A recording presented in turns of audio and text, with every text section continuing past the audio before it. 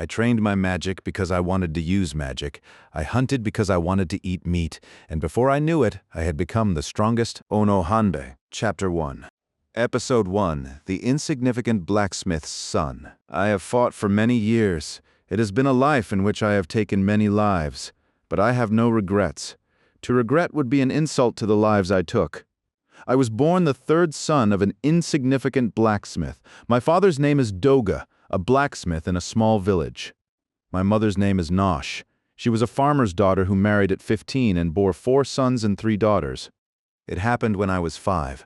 I fell gravely ill with an epidemic to the point where even my parents had given up hope.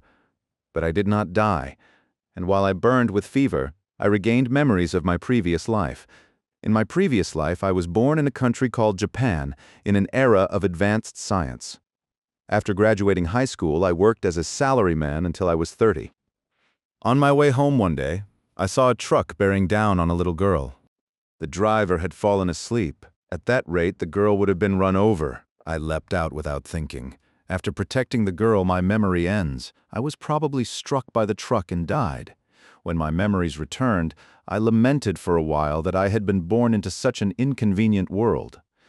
And yet, I felt a strange sense that I had forgotten something important. I cannot remember what it is. And that unsettles me. This world's culture is roughly equivalent to Japan's Muromachi or Sengoku period. There are no flush toilets. Water must be drawn from wells or rivers. Of course, commoners do not have the luxury of baths. However, this world has magic. Flashy magic like in novels or manga is rare, but even plain magic is still magic. My father Doga can manipulate heat. It is especially useful for heating iron. In winter, he also turns water or snow into hot water. My mother Nois can produce water. Since people usually draw from wells or rivers, stomach illnesses are common. But water created by magic is safe. However, neither of them can use magic very many times a day. My father only uses magic when the furnace is already hot, to push the temperature even higher. He saves it for crucial moments. When my mother fills an 18-liter jar with water, she cannot use magic again for a while. Even so, just knowing magic exists makes my heart race. The amount of magic one has is determined at birth. Commoners tend to have little magic, while nobles and knights tend to have more. So, magic capacity is fixed at birth, huh? When I was born, a priest measured my magical aptitude and capacity. My capacity was average for a commoner. My aptitude was basic body enhancement magic.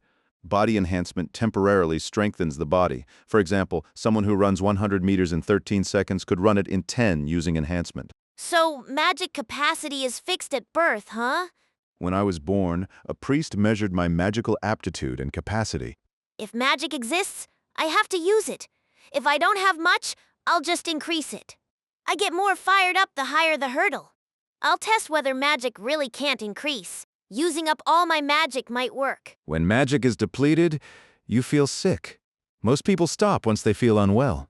I released my magic. Even without formal instruction, I instinctively understood how to use it. 1, 2, 3, 10, 11, 15. At 15, I began to feel sick. Even so, I forced more magic out. Then I collapsed. Hey, Nois, you'll catch a cold sleeping there. Brother Kellern. Stop dozing. Go gather firewood. The blue-haired boy is my second older brother, 5 years my senior. Okay. I brushed the dirt off my clothes and entered the forest. Since turning 5, gathering firewood has been my job. Even children work in this world. The forest is well maintained. After cutting trees for charcoal, father replants them. Without that, resources would run dry. I'm home. Welcome back. Leave the firewood there. Okay? My mother Nois has flaxen hair, a powerful woman who bore 7 children. Hair and eye colors in this world are vibrant gold, silver, brown, blue, green, red, purple, pink. My hair and eyes are black. No one else has black hair, but I am not bullied for it. We eat dinner together as a family. Nois, stop spacing out and eat. My eldest sister, Shirama, is 15 and will soon marry. She cares for all of us diligently. After dinner, we wipe our bodies clean. Shirama helps the younger children and me. Our household has 11 members, including grandparents. Grandfather Bennis is still an active blacksmith. My eldest brother Molden trains to inherit the forge but tends to be lazy. Keln works diligently. At this time I thought I would become a blacksmith too. There is no television. Light comes from lamps and candles, so we are told to sleep early. Keln and I sleep in the storage loft on straw covered with sheets. In winter, it is bitterly cold. Wrapped in a blanket, I release my magic again. 1, 2, 3, 10, 11, 15. At 15, I feel sick again. I squeeze out more magic and lose consciousness. Episode 2. The future is with my childhood friend. 1 month has passed since then, and tonight I will go to sleep only after exhausting all my mana. 1, 2, 3, 10, 11, 15, 16, 17. I start to feel sick here, but I squeeze out the last of my mana through sheer willpower. Have you noticed? Yes, the duration of my mana output has increased, even if only slightly. It seems I picked the right answer. By continuing to release mana even when I feel sick, my total mana increases. And after losing consciousness so many times, that has stopped happening too. Now I can feel when my mana runs completely dry, and as a side effect, I can sense other people's mana as well. If someone nearby uses magic, I can tell even with my eyes closed. More time passes, and it becomes the height of summer. It is already hot enough, but the forge is like a sauna. In the forge, my grandfather, father, eldest brother, and second brother are hammering iron. Listening to the crisp rhythm of their hammers, I carry dried branches inside for firewood. At the start of this summer, my eldest sister Shirama married Torque, the village chief's son. Since they live in the same village, we still see each other. Torque will eventually succeed the village chief, so it was what you might call marrying up. My sister Shirama is fairly pretty, but more importantly, she is kind-hearted and spirited like our mother Nois. That is what made Torque fall for her. The village chief said that for someone a bit timid like Torque, a dependable wife like Shirama was perfect. That is enough firewood. Go out and play. Oka A. The inside of me may be a 30-year-old man, so it is complicated. But I take my younger brother Malda and walk through the village. Wearing straw hats to shield ourselves from the harsh sunlight, we head to the riverbank. Listen, do not go into the deep part. Okay? I splash in the shallows with Malda. There are not many deep spots, so it is not very dangerous. Even so, I keep my feet in the water to stay cool and never take my eyes off him. Nois! The one who calls my name is Clarissa, the same age as me. She is the third daughter of the village's only general store, a lovely girl with reddish-brown hair. I'm not into little girls, but the childhood friend archetype is my weakness. I think Clarissa will grow into a beauty, so I would like to stake my claim early. Hey, Clarissa, here to play in the river too? Yeah, it is hot again today, isn't it? It sure is. She sits down next to me and dips her feet into the water. So cold. Yeah, it is cold. She is not wearing a hat, so I place my straw hat on her head. Is that okay?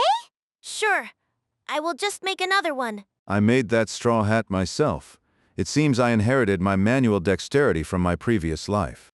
Malda, do not go any farther. Okay. While reminding Malda, who is happily splashing around, I chat with Clarissa. She happily talks about ordinary everyday things. She loves chatting just like the women in my family. And you know, Mr. Akas bought a potion at our shop, and he knows Miss Ninen made it. In short, Mr. Akas, who has feelings for Miss Nainen, bought several of the potions she made. A potion is a medicine that can instantly heal minor wounds. Whenever I find medicinal herbs in the forest, I gather them and bring them to Miss Nainen. She gives me a small reward in return. Miss Nainen is about 30 years old. Her husband passed away. She has 2 children. Her eldest son is the same age as my eldest brother Morden, so he will soon be independent. Mr. Akas is about 35 and works as a farmer. He came to this village when he was young and grows crops on the land he cleared. As far as I know, he has never had a wife. Even though a farmer like Mr. Akas hardly ever needs to use potions. That is true. Ha ha ha. I nod along and laugh lightly. Oh no, Malda is heading deeper. I need to stop him. Malda, do not go any farther. I quickly move and pick him up. Ta! Let us play over here. Oh! Carrying Malda, I return to where Clarissa is sitting. Malda-chan, shall we play together? Okay. With an enthusiastic reply, Malda splashes water onto Clarissa. Hey, you little. They splash water at each other, laughing and shouting. Soon all of us are soaked, laughing in the sun. Clarissa's light blue dress clings to her, the fabric soaked and swaying with her movements. I am not into little girls. Begone, impure thoughts. Bye! Nois! See you tomorrow! She runs off, her laughter trailing behind her. If a small advance investment like that earns me childhood friend love in the future, it is a cheap price. Heh heh. Episode 3. This is not for sale. I am walking along carrying 10 straw hats. Of course, I am wearing a straw hat on my own head as well. The reason I have 10 of them is because Mr. Elton, Clarissa's father, saw the straw hat she wore home and thought it would sell. He asked me to make 10 more. Hello! I brought the straw hats. Okay! Clarissa comes running out from the back. Did you want to see me that badly? Hey, Clarissa? You already made 10? Nois? Yeah. As I hand the straw hats to Clarissa, Mr. Altan comes out as well. Hey, Nois. Already finished, huh? Let me see. Yes, very nice work. Here is your payment. Thank you very much. Mr. Altan gives me 20 iron coins. One straw hat sells for 2 iron coins. Iron coins are the lowest denomination of currency used around here. There are also copper coins, silver coins, and gold coins. 100 iron coins equal 1 copper coin, 50 copper coins equal 1 silver coin, 20 silver coins equal 1 gold coin. It is a bit complicated. We commoners mostly use iron coins and occasionally copper coins. I have never even seen a silver or gold coin, so that is not an issue. If you think of 1 iron coin as roughly 100 yen, that works. So at 5 years old, I have earned the equivalent of 2,000 yen. For reference, when I bring medicinal herbs to Miss Nainen the apothecary, she buys them for 4 iron coins. Nois, let's play! I do not mind, but what about watching the shop? Father, I can go play, right? Do not do anything dangerous. Okay? Clarissa grabs my hand and starts walking. Her hand is soft and squishy. Where to? Let's go gather tetemis fruit in the forest. I like tetemis. Tetemis is a fruit shaped like a loquat. Wild tetemis grows naturally in the forest. It is sweet and delicious like a peach. It starts bearing fruit in peak summer and can be enjoyed until early autumn. Then let's gather a lot of tetemis. Yeah. The forest is large, but since I have been going into the woods and mountains with my family since I was small, it feels like my backyard. I have a good idea where tetemis grows. Ah, over there. That is tetemis. Just as I expected, there it is. Tetemis is a vine plant that wraps around trees and extends high upward. The fruit is rarely found low to the ground. It is usually high up in the trees. Most likely because it cannot photosynthesize well lower down, so it uses tall trees to reach sunlight. I will climb and pick them. You catch them below, Clarissa. Okay. I never climbed trees in my previous life, but I place my hands and feet on the grooves of the trunk. Then I activate body enhancement magic. Thanks to using up my mana every day, the duration of my enhancement magic has increased. Even though it is a modest spell, just being able to use magic makes my heart race. To avoid using up all my mana at once, I strengthen only the tips of my fingers and toes. By partially enhancing my body like this, I greatly reduce mana consumption and can maintain the spell for a long time. I climb smoothly like a monkey. Surprisingly well. I did not expect to control partial enhancement this effectively. Perhaps it is a side benefit of exhausting my mana every day. The branches are quite high. If I fall, it will not just hurt. Clarissa, I am dropping them. Okay. Clarissa spreads out the skirt of her dress to catch them. I can see her underwear. I will say it again. I am not into little girls. Just because I saw Clarissa's underwear does not mean I'm excited. She transfers the tetemis she catches into a straw hat. Clever. I jump from tree to tree. A 5-year-old body is light, so the branches do not break. And thanks to body enhancement magic, I can grip firmly. I really am like a monkey. Dropping them. Okay. I pluck the tetemis and drop them down to her. With the help of body enhancement magic, it does not take long to fill 2 straw hats to the brim. We got so many. Yeah, a lot. With satisfied smiles, Clarissa and I head back to the village. See you later. Bye-bye. We wave goodbye in front of her house and shop, and I head home. Oh, tetemis? Give me one. When villagers see the tetemis in my straw hat, they trade 1 iron coin for 1 fruit. This is not for sale. Before I can even say it, they drop the coin into my hat. Well, one is fine, I guess. Totemis, huh? I will take one too. I will have one as well. Me too. My straw hat ends up with about 20 iron coins in it and not a single totemis left. I should have eaten one myself. Back home, I put the iron coins into a jar. That jar is my savings bank. Someday I will leave this house. I need to save money for that time. That is how it is for a third son. That night as well, I lie down on my straw bed and release all my mana before sleeping. Recently, it takes about 30 seconds to use up all my mana. Feeling my total mana increasing makes me happy. I will keep increasing it at this rate. Episode 4, The Eldest Son Should Be Arrogant. Recently, the mornings and evenings have become more comfortable. Summer is almost over. As usual, I gathered firewood and returned home. Oh, Nois, welcome back. Big sis Shirama, did you get sent back home? Where did you learn a word like that? Ow! She dropped a fist on my head. It was just a little joke. Noise. Stop saying silly things. Put the firewood down. There's some tatimis on the table. Go eat. Okay. It is Tatimus that I picked, though. When I sit down, Malda comes over beside me, opening and closing his mouth like a trained carp. So you are after the Tetamis, huh? Cute little guy. The tetmies must have been chilled in well water. It is quite cold. I peel the skin and feed it to Malda. Mother and my sister are talking while cooking. From what I overhear, the village chief and his wife are kind people. There is no bullying of the bride, and Shirama is living happily. Thanks to that, the couple gets along very well. She was even bragging about how affectionate they are, and apparently, Big Sis Shirama is pregnant. That is wonderful news. Ow! Malda bit the finger that was holding the tetamis. What are you doing? I was feeding Malda Tetamis, and he bit me. What is that? You fool. Malda, who bit my finger, looks up at me as if to say, "Did something happen?" He is only 3. I cannot get mad at him. Listen, my fingers are not food. Do not bite them. Huh? Do not look at me like that. The season turns to harvest autumn, and farmers are busy reaping wheat. We also have a small field where we grow wheat. The women usually tend the field, but on this day the blacksmiths take a break, and the men help with the harvest. I help by bundling and carrying the cut wheat. Personally, I would rather eat rice, but I should be grateful that we can eat our fill even if it is wheat. In this world, many people cannot get enough food. I should consider myself fortunate. The day after harvesting wheat, I head into the forest. Autumn brings more than just wheat. The forest offers many blessings. I enhance my sense of smell with body enhancement magic and sniff the air. That way. I run up a slope and find what I am looking for. What a great smell! A slight bulge in the soil, barely breaking the surface. I gently brush the dirt aside. There you are, Lord Matsutake. My excitement rises.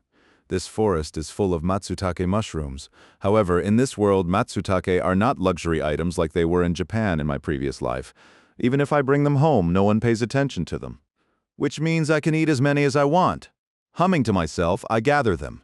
The fragrance makes them easy to find. If you cannot appreciate this aroma, you are wasting your life.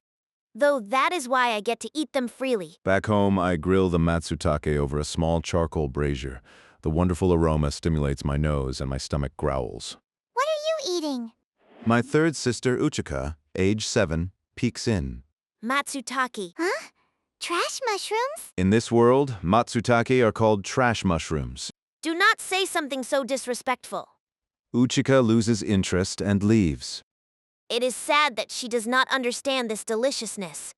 All right, they are done. When a little juice begins to seep out, I pop a matsutake into my mouth. Hot, hot, hot, hot. It is hot, but delicious. The day after my solo matsutake festival, I diligently shave wood. What am I making? A crossbow.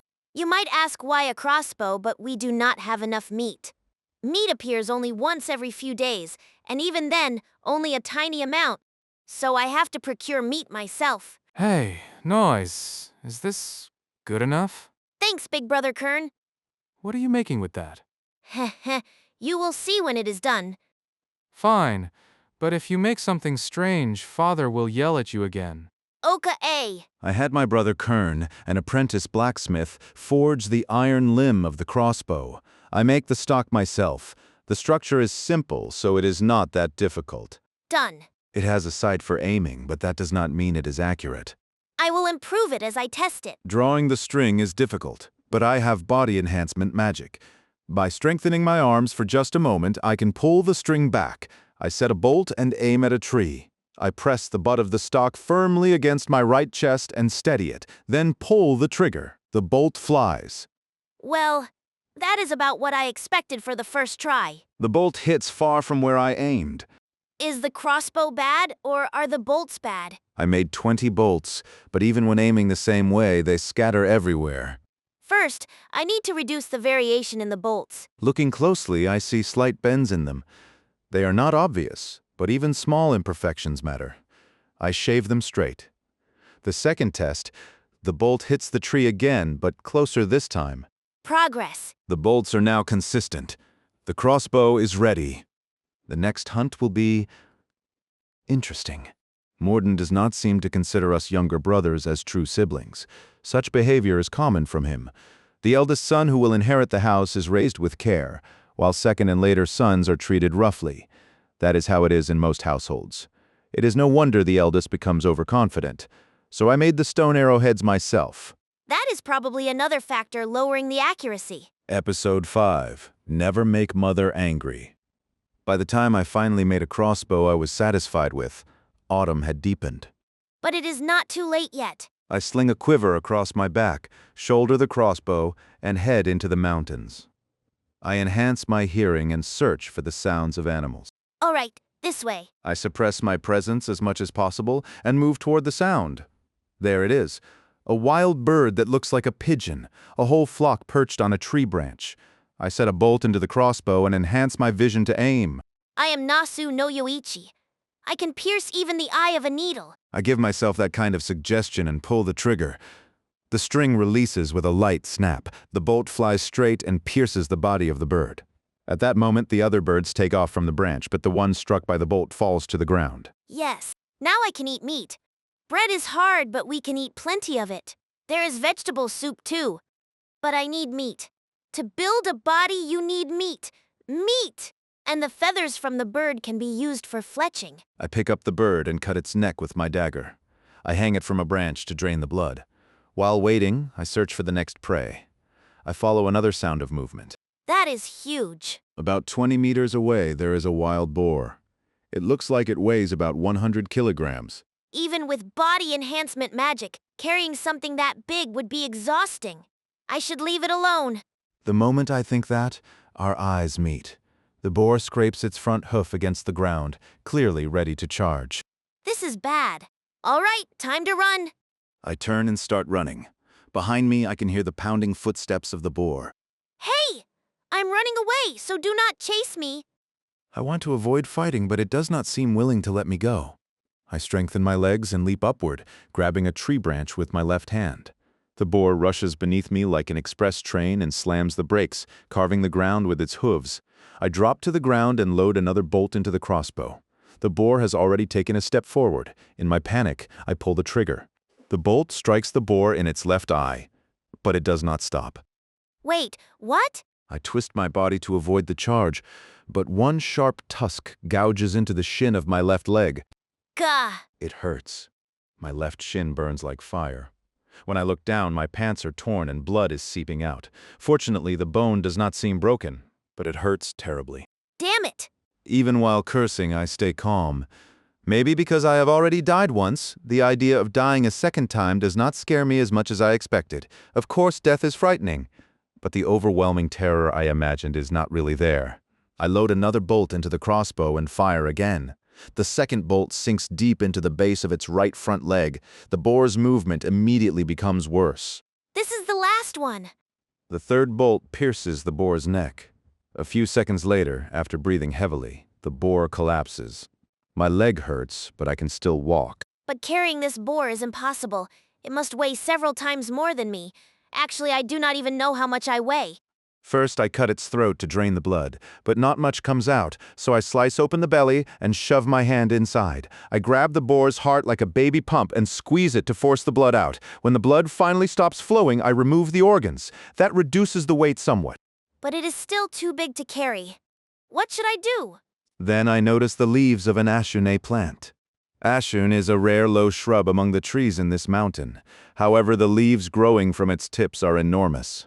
Ashune leaves repel insects, so people chop them up and mix them into the clay used for house walls. They also contain a lot of oil, so the leaves are placed on roofs as a substitute for waterproofing. And when snow piles up, children use the leaves as sleds. I cut off a large ashune leaf with my dagger and placed the boar on top of it. Then I simply dragged the leaf. It is easier than carrying it, still heavy though. On the way down, I retrieved the bird I hung earlier. After struggling all the way down the mountain, I finally reach home. Just as the house comes into view, Mother Nois and my younger sister Uchika step outside. Noise? Noise? Both of them run toward me. Mom, I am tired. I collapse on the spot. I have truly reached my physical limit. Noise, you are covered in blood. Uchika, go call your father. Okay. Mom, this is the boar's blood. What are you saying?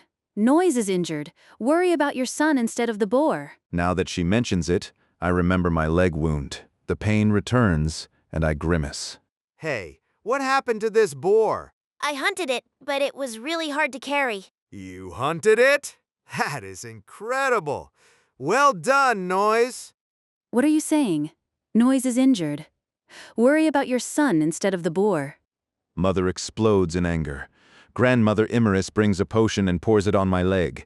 The wound heals instantly. My stamina does not recover, but potions are amazing. Meanwhile, Mother is fiercely scolding Father. All right, time to escape while I can. Grab. Ow, ow! My head is going to split open, Mother. Behind Mother Nois, I can almost see a demonic aura. Where do you think you're trying to run? Nowhere. I'm sorry. I was scolded for 2 full hours. I sat kneeling beside Father while receiving the lecture. Never make Mother angry. Episode 6, Sister. Isn't that a bit cruel? While Nois and his father Doga were being scolded by their mother Nosh, their grandfather Bennis was leading the dismantling of the boar and the birds. Hey, Morden, you help too. Why should I? Then you do not get any meat. I am the eldest son, old man. This boar was hunted by Nois. It is not yours. Nois is the 3rd son, so what belongs to him belongs to me, right? Of course not, you fool. Ch. The grandparents felt uneasy watching Morden reluctantly help with the butchering. If Morden inherited the household like this, the family might fall apart. That fear began to swirl in their minds. Grandpa, what should I do with this? Nimarin, is it? That will be made into dried meat, so put it over there. Okay. Numarine, the second daughter, who was 7 years older than Nois, was a cheerful girl loved by everyone. Numarine already had a fiancé. In this world, people marry early, but it was still rare for a commoner's child to have a fiancé at 12 years old. Her fiancé was the son of a knight who served the local lord. Last autumn, a knight had come to inspect tax collection in the village, and the son accompanying him had fallen for Numarine.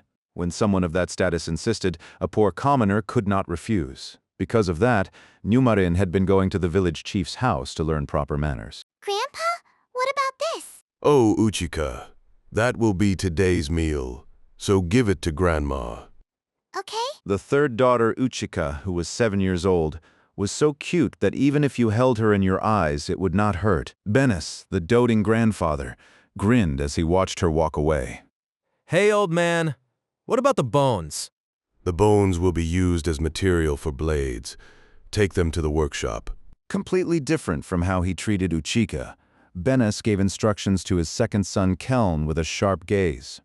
Keln had only recently started learning blacksmithing, but Bennis could already tell he had great talent as a smith. Bennis had worked in blacksmithing for many years, and his eye for talent was reliable. Compared to him, the eldest son Morden was hopeless. It was not even about skill yet. He simply showed no motivation. A son of a blacksmith who had no passion for the craft was nothing but a source of worry. If Keln continued to grow like this, both Bennis and Doga were thinking the successor would likely be Keln rather than Morden. Grandpa, this. Oh, Marda. Hell. Helping out like that is admirable.